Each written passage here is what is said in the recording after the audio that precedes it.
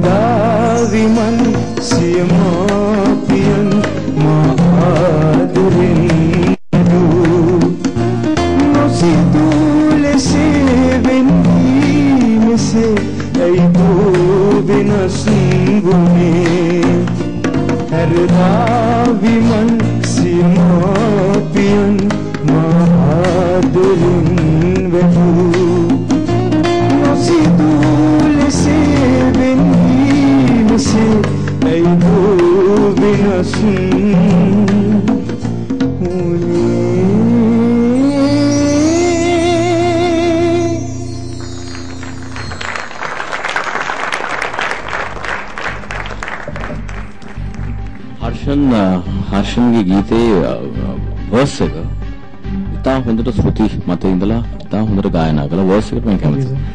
හැබැයි කොරස් එක ස්ථායි කොටසේ ශ්‍රුති වල යම් මෙහෙම බැනීම් ටිකක් තිබුණා. හරියට නෝට්ස් මතට නාපු. හැබැයි වාගේ හඬ මම බලාපොරොත්තු වුණාට වඩා වෙනස්. ඔයාගේ හඬකින් මම ඒ ගීතය ගායනා කළා. මම ඒකට කැමතියි. ඉතින් ආට සුබපතනවා ඊළඟ වතාවේ ගායනා කරද්දී හරියටම ශ්‍රුති මත පිළිලා. හරියටම අල්ලලා කිව්වනම් හරි. ශ්‍රුතියට. ස්තුතියි සර්. දැන් වින්සා තරඟේ අවසන් 96 දෙනාගේ නවවන කණ්ඩායම තරඟේ අවසන් තරඟකරු තමයි අද දවසේ මාත් එක්ක මේ ඉන්නේ.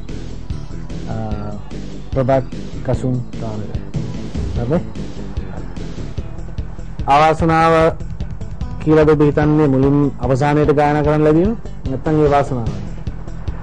මම හිතන්නේ වාසනාව. ඒ දෙයට වාසනාව. ඒ කියන්නේ ඔක්කොම තරඟකරුවන්ගේ ගීත මට බලලා ඒකේ අත්දැකීමක් අරගෙන මගේ ඉදිරිපත් කරන්න පුළුවන්. එසේනම් අද දවසේ අවසන් තරඟකරු හැටියට අපි අවස්ථාව ලබා දෙන ප්‍රාසංගික අන්තක් වේදිකාවේ ප්‍රභාත් කසුන් සාර්ථක.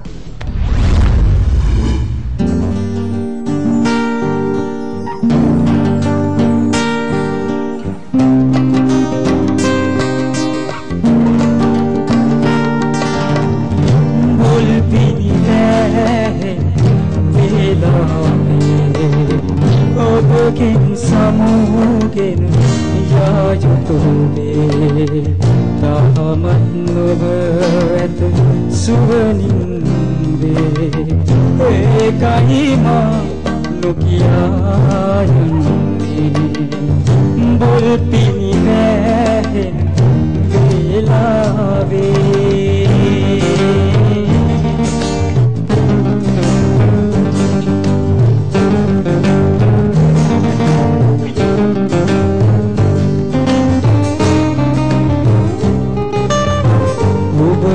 දිවමා සොයනු එපා ඇතන මා ඉන්නේ තවරම් කරුවෝ කවරදා එකම තැනක උන්නේ